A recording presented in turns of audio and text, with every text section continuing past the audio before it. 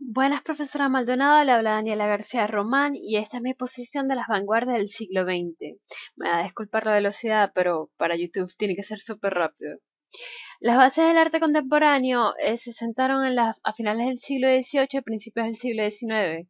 En el ámbito político se finaliza el absolutismo para dar comienzo a los gobiernos democráticos, impulso por cierto que fuera iniciado con la Revolución Francesa. En el ámbito económico tenemos la revolución industrial que afianza el capitalismo y obtiene como respuesta el marxismo y la lucha de las clases. En materia de arte surgen distintos estilos y corrientes que conviven, se influencian y contraponen sucesivamente cada vez a mayor velocidad. El panorama para el siglo XX anunciaba vientos de cambio: la revolución industrial, la publicación de la teoría de la relatividad de Einstein, la interpretación de los sueños de Freud, la popularización de la fotografía y el nacimiento del cine. Es en este escenario donde surge el deseo de ruptura del academicismo y de transformar el lenguaje artístico, y es cuando surge la vanguardia iniciada por el impresionismo. Los movimientos vanguardistas son los de finales del siglo XIX hasta mediados del siglo XX, y en conjunto lo que tienen en común es una actitud ante el arte más que una estética específica. Por el contrario, eran muy diversos.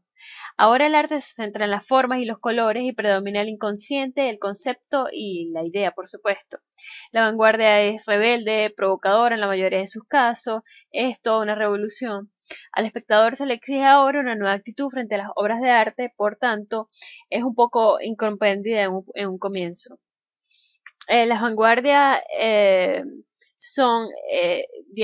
comienzan con el impresionismo,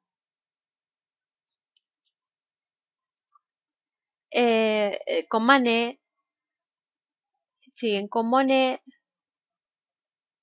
También tenemos acá a Toulouse-Lautrec, a Van Gogh. También está el fauvismo, Matisse, Delin, el cubismo con Picasso, Braque, el expresionismo con Munch, con Kirchner, el futurismo con Boccioni, con Severini, el dadaísmo con Duchamp, con Picabia, el surrealismo de Magritte, de Tanguy, Dalí también está luego, la escultura de Giacometti, el abstraccionismo de Kandinsky, de Mondrian, el construccionismo está Tatlin, en el minimalismo está Lewitt, en el pop art está Lichtenstein y Warhol, y en el arte conceptual está Brother Hairs.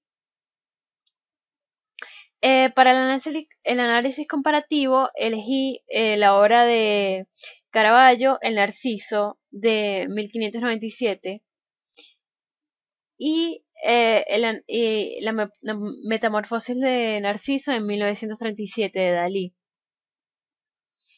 El de Caravaggio es del estilo barroco italiano. Explora la leyenda que nos habla de aquel joven tan hermoso que se quedó invadido por el reflejo de su propia imagen en un estanque. Su admiración fue tal que cayó al estanque cuando intentó besarla y murió ahogado.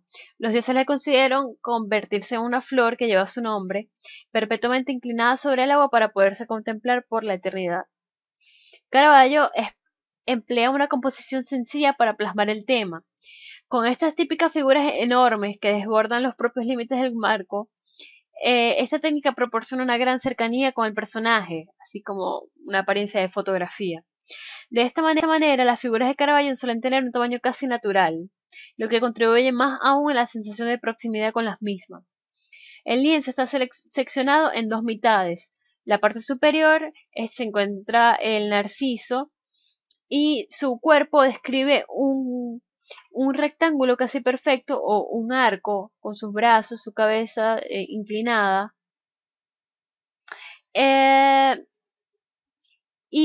También constituye un arco de luz con sus brazos, su cuello y su rostro equilibrado con el destello de la rodilla que le da también como equilibrio.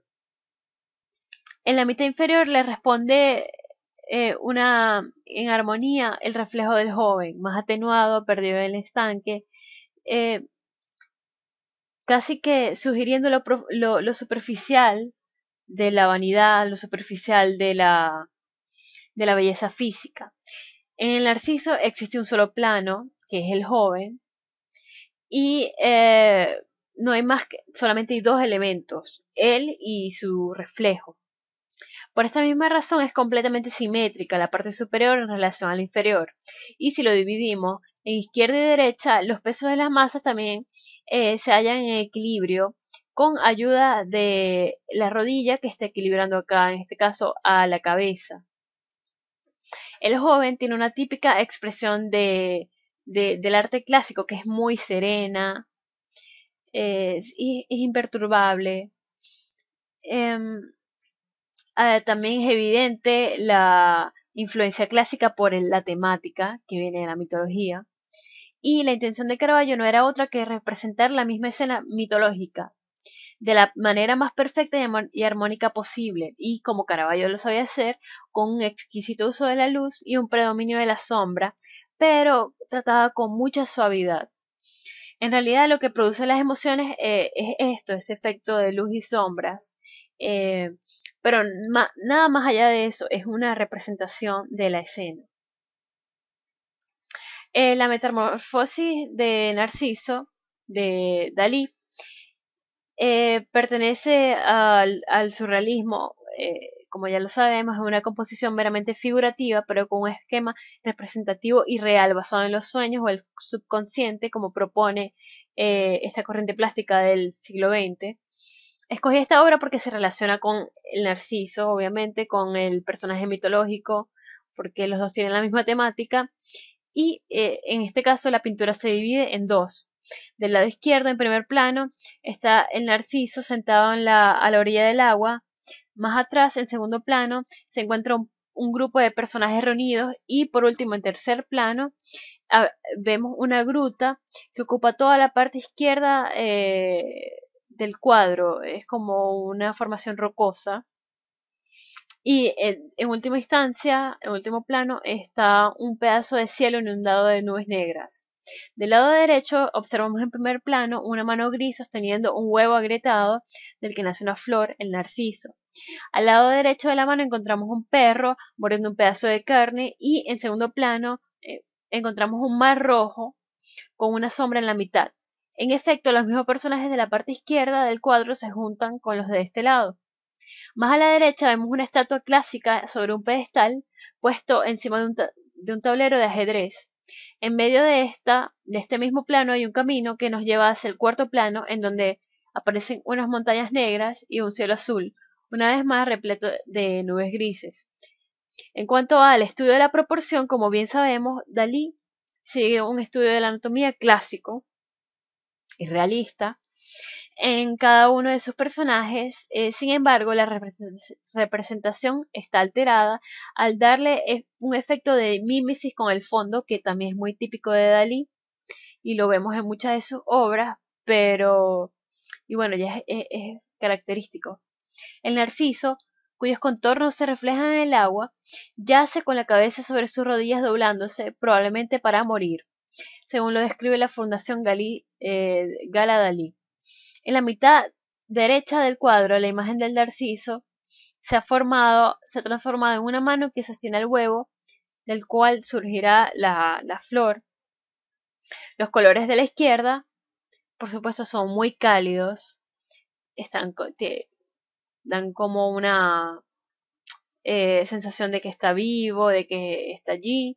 Los de la parte derecha, por el contrario, son fríos, sin vida, son colores muy fríos y representan al narciso ya muerto o perdiendo la vida quizás, hundiéndose en el agua mientras desaparece su mano y se transforma en la flor de narciso. Y eh, a esta referencia de la metamorfosis tiene que ver con la muerte, por supuesto, como en la mitología, él muere para transformarse en la flor.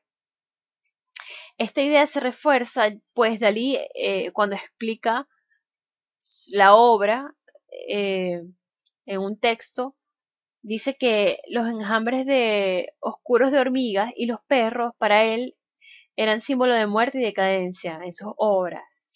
y acá están presentes los dos elementos. Los personajes que mencionábamos anteriormente son descritos por Dalí en la descripción de la obra como los heterosexuales. Eh, los personajes que en el mito corresponden a las personas enamoradas que se acercan a Narciso y son rechazadas. Eso es lo que representan ellos. Dalí también recomienda que en este libro se vea el cuadro en un momento de fijación distraída. Y cuando uno lo hace así, pareciera que la figura de Narciso desapareciera, de hecho, como en el mito. Como en todas las obras de Dalí, se utiliza un fuerte claroscuro, sombras y luces muy acentuadas, lo cual le añade mucho drama. Otro aspecto característico es la profusión de elementos y la multiplicidad de planos, así también como la riqueza de colores y de tonos.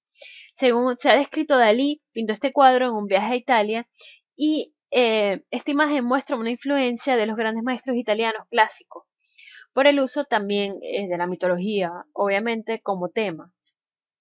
Si comparamos las dos obras, la temática, la inspiración y el uso de la proporción es la misma, pero hay una gran diferencia en cuanto a en cómo se abordan. Caravaggio lo hace meramente representativo, mientras que Dalí eh, explota la parte simbólica, psicológica y todo el contexto de Narciso, no solamente el joven como tal, sino los prospectos de amantes, la escultura griega, la flor de Narciso. Aparte, no solo explora las, la mitología como sí, sino a sí mismo. También porque incluye simbologías que son propias, como las que mencionamos anteriormente, el perro, la gruta, que es como un símbolo femenino, el perro, y todo esto, que ya es muy Dalí. Otras grandes diferencias son la cantidad de elementos, los colores de el Narciso de Caravaggio son prácticamente monocromáticos, eh, por el contrario, hay mucha riqueza de tonos en el de Dalí. Y también la dureza de las sombras es mucho más pronunciada en la de Dalí. Acá en la de Caravaggio hay mucha sombra y luz, pero es mucho más suave. En fin, se podrá pasar todo el día hablando de las diferencias entre ellas porque, en mi opinión, son visiones completamente distintas, artistas completamente distintos, épocas opuestas y el resultado son obras que son, en mi, a mi parecer, son increíblemente apasionantes las dos, de formas totalmente distintas. Y aquí está, al final, las referencias bibliográficas para todo esto. Muchas gracias por su atención, profesora, y me despido por este semestre. Un placer tenerla como profesora y que pase un buen día.